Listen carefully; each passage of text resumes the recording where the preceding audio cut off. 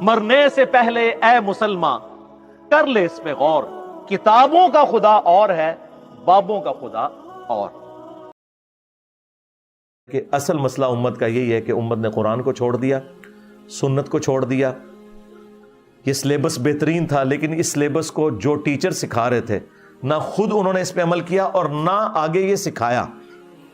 مجھے بتائیں، نبی الاسلام نے حجۃ الوداع کے موقع پر جو صحیح مسلم میں حدیث ہے اس میں تو آپ نے فرمایا کہ میں اپنے بعد تم میں وہ چیز چھوڑ کر جا رہا ہوں جسے پکڑ لوگے تو کبھی گمراہ نہیں ہوگے، اور وہ اللہ کی کتاب ہے۔ مسلم شریف میں حجۃ الوداع کا جو خطبہ ہے اس میں صرف قرآن کا ذکر ہے۔ ہاں، حاکم میں قرآن اور سنت آیا ہے، ظاہر سنت بھی اسی کے اندر شامل ہے۔ من یطع الرسول فقد اطاع اللہ، جس نے رسول کی اطاعت کی اس نے اللہ کی اطاعت کی۔ لیکن مسلم شریف میں صرف قرآن کا ذکر موجود ہے۔ نبی الاسلام کو پتا تھا کہ قرآن کو انہوں نے چھوڑ دینا ہے۔ کسی بابے کا بھی ذکر نہیں کیا۔ یار آپ کے پاس تو وہ بابے تھے ابو بکر، عمر، عثمان و علی جو چھوڑے بھی جا سکتے تھے، لیکن آپ کو پتا تھا میں ان کو چھوڑ بھی گیا اپنے بعد تو انہوں نے بھی مر جانا ہے۔ 2 سال کے بعد، 2.25 سال کے بعد حضرت ابو بکر کا وہی سٹیٹس ہو گیا جو نبی الاسلام کا تھا، وہ بھی فوت ہو گئے۔ 12 سال کے بعد سیدنا عمر بھی شہید، 25 سال کے بعد سیدنا عثمان بھی شہید، اور 30 سال کے بعد سیدنا علی بھی شہید، اور آخری صحابی ابو طفیل عامر بن واصلہ 110 ہجری میں وہ بھی فوت ہو گئے۔ آج آخری صحابی کو بھی گئے ہوئے 1300 سال سے زیادہ گزر چکے ہیں، لیکن قرآن و سنت آج بھی موجود ہے۔ اور پھر غدیر خم کی جو حدیث مسلم شریف میں اوپر تلے 4 حدیث ہیں، جو میرا یہ دعویٰ ہے کہ اس پلانٹ ارتھ پہ قرآن کی تعریف میں سب سے زیادہ الفاظ جس صحیح حدیث میں آئے ہیں وہ مسلم شریف کی وہ 4 حدیثیں ہیں غدیر خم کی، اوپر تلے 6225 سے لے کے 6228 تک۔ اور یہ خطبہ حجۃ الوداع کے بھی بعد ہے، یہ 2.5 مہینے پہلے نبی الاسلام نے خطبہ دیا ہے۔ آپ جب مکے سے حج کر کے مدینے واپس آ رہے تھے تو خم نامی گاؤں میں آپ نے پانی کے لیے پڑاؤ کیا، اونٹ کے پالان کا ممبر تیار کیا گیا۔ 18 ذوالحجہ کو یہ ہوا۔ جو ہمارے شیعہ بھائی عید غدیر مناتے ہیں وہ دوسری ایکسٹریم پہ چلے جاتے ہیں، لیکن کچھ باتیں تو درست ہیں اس میں۔ نبی الاسلام کی گفتگو ہی کنکلوڈنگ ہے، اے لوگوں آگاہ ہو جاؤ، میں بھی ایک انسان ہوں، قریب ہے کہ اللہ کا قاصد یعنی موت کا فرشتہ میرے پاس آئے اور میں اس کی دعوت قبول کر لوں۔ میں اپنے بعد تم میں 2 بھاری چیزیں چھوڑ کر جا رہا ہوں، ان میں سے پہلی چیز اللہ کی کتاب ہے، اس میں ہدایت ہے، اس میں نور ہے۔ اللہ کی کتاب اللہ کی رسی ہے۔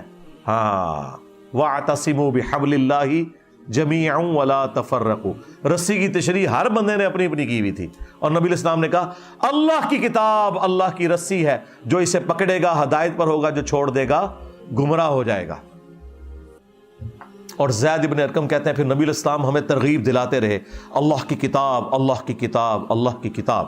اور پھر فرمایا دوسری بھاری چیز میرے اہل البیت ہیں، میں اپنے اہل البیت کے معاملے میں تمہیں اللہ کا خوف دلاتا ہوں، میں اپنے اہل البیت کے معاملے میں تمہیں اللہ کا خوف دلاتا ہوں، میں اپنے اہل البیت کے معاملے میں تمہیں اللہ کا خوف دلاتا ہوں۔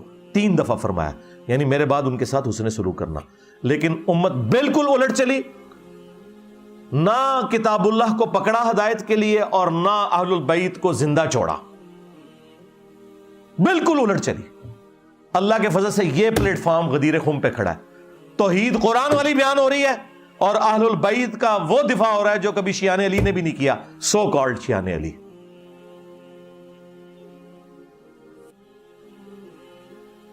اللہ کے فضل سے ہم غدیر خم کے اوپر کھڑے ہیں۔ تو اللہ کی کتاب کو پکڑنا، اس میں ہدایت ہے، نور ہے، یہ اللہ کی رسی ہے، جو اسے پکڑے گا ہدایت پر ہوگا، جو چھوڑ دے گا گمراہ ہو جائے گا۔ یہ تمام تعریفی کلمات، اور امت دیکھ لیں قرآن سے، امت یہ کہتی ہے قرآن و حدیث ڈائریکٹ نہ پڑھنا گمراہ ہو جاؤ گے۔ اے امت نے خدمت کی تیجیے، اور یہ اس امت سے مراد ان کے کسٹوڈین مولویوں نے۔ اچھا، میں جو بھی بات کرتا ہوں کہتے ہیں یہ جھوٹ بول رہا ہے، یہ تو ہے ہی نہیں تھا۔ میں نے کہا کہ یہ لوگ کہتے تھے کہ بغلوں میں بت رکھ کے آتے تھے، رفع الیدین ہوتا تھا، اس لیے یہ انہوں نے جھوٹ مشہور کیا تھا۔ یہ کہتے ہیں ہم نے کبھی نہیں کہا۔ اب یہ اس سے بھی انکاری ہو گیا، کہتے ہیں ہم نے تو کبھی نہیں کہا قرآن و حدیث ڈائریکٹ پڑھو گے تو گمراہ ہو جاؤ گے۔ ہر چیز سے انکاری ہو رہا ہے۔ چلو ان پڑھانا شروع کر دو۔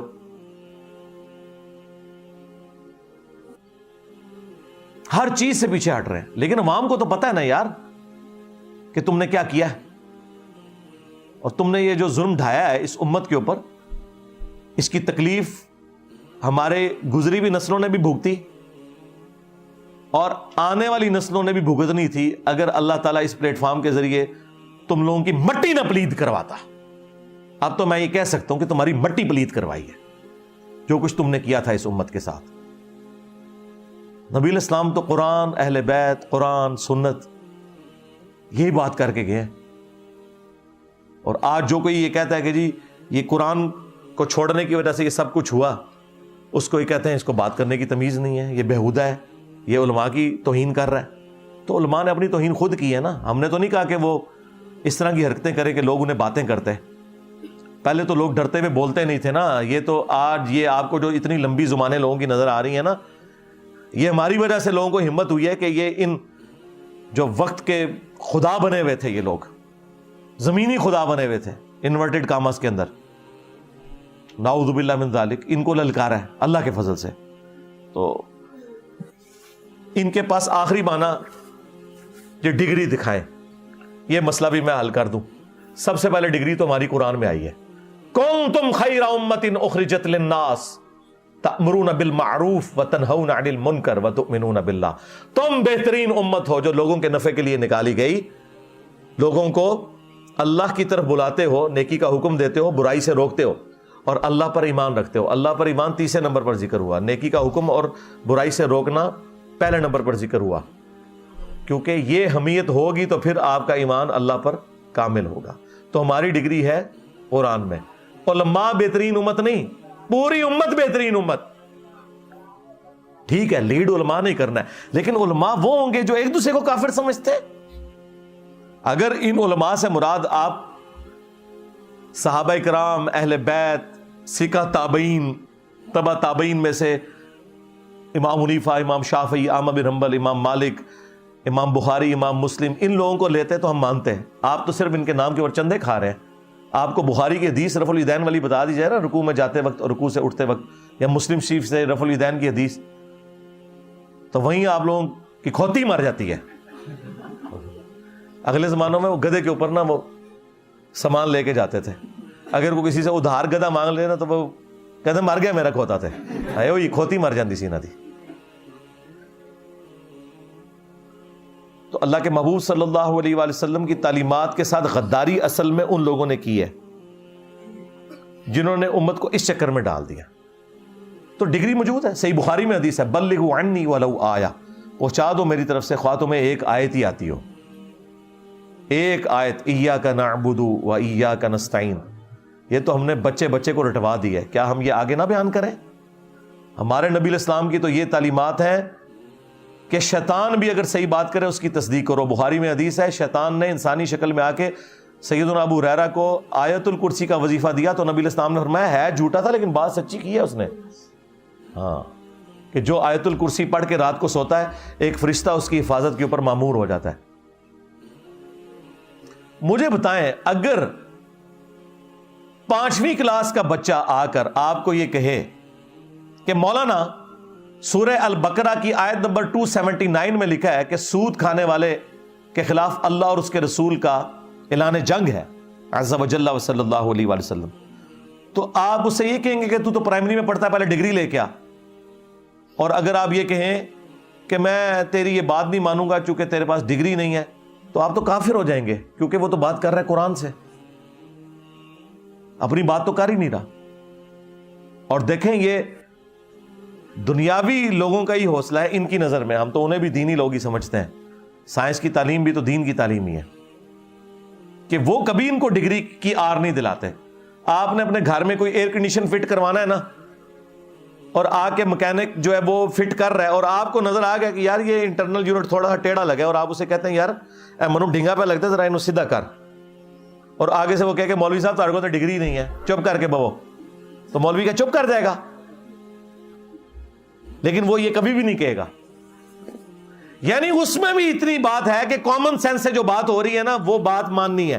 مولوی کو آپ قرآن و حدیث بھی دکھا دینا، وہ کہتا ہے تیرے کو ڈگری کوئی نہیں.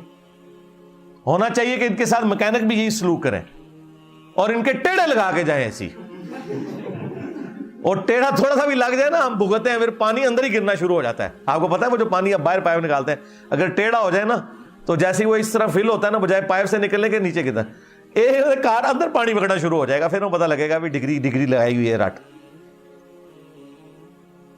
آج تک کسی سائنٹسٹ نے نہیں کہا کہ حضرت یہ جو آپ جب سورج گرہن کی نماز کے بارے میں بتا رہے تھے اور آپ نے ساتھ یہ کہا کہ سورج گرہن اس وقت لگتا ہے کہ جب چاند سورج اور زمین کے درمیان آ جاتا ہے، یہ تو ایک سائنٹیفک فیکٹ تھا، ایک فزیکل فینومین آف نیچر تھا جو سائنس نے آپ کو بتایا ہے، تو یہ آپ نے کس طرح بیان کر دیا؟ آپ کے پاس تو ڈگری نہیں ہے۔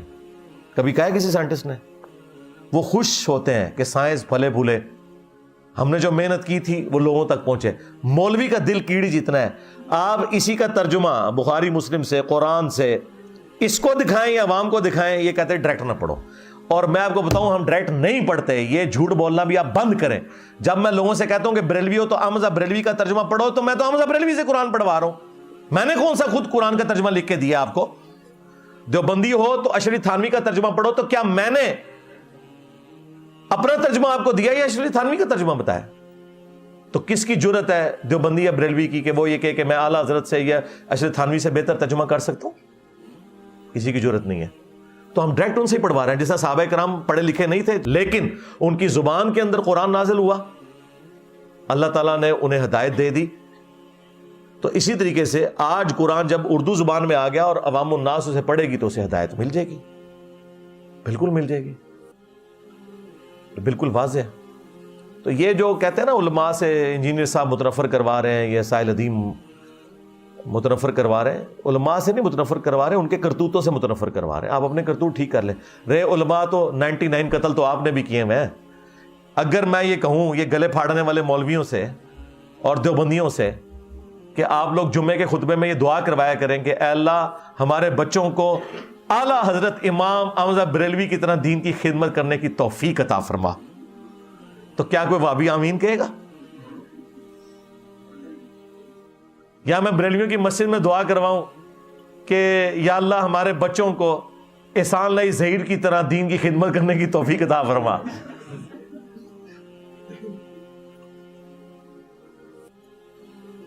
تو پھر علماء کو تو آپ خود نہیں مانتے، یہ کہتے ہیں ہمارا فرقہ، ہمارے بابے، ہمارے بزرگ، ان کے پیچھے چلنے کی توفیق دے۔ تو یہ تو سرکار نہیں ہو سکتا، وہ فرقوں کے بزرگ ہیں، دین اسلام کے نہیں ہیں، وہ فرقوں کے بزرگ ہیں۔ باقی منو بڑا وٹ ہوتا جی نہ ہوتے، ٹھیک ہے، میں اور بھی ایک گھنٹہ بول سکنا، لیکن میں ابھی فی الحال اسی کے اوپر کنکلوڈ کرتا ہوں۔ صلو علی محمد وآل محمد، اللہم صلی علی محمد وعلی آل محمد واصحاب محمد وازواج محمد وامت محمد اجمعین الی یوم الدین، آمین۔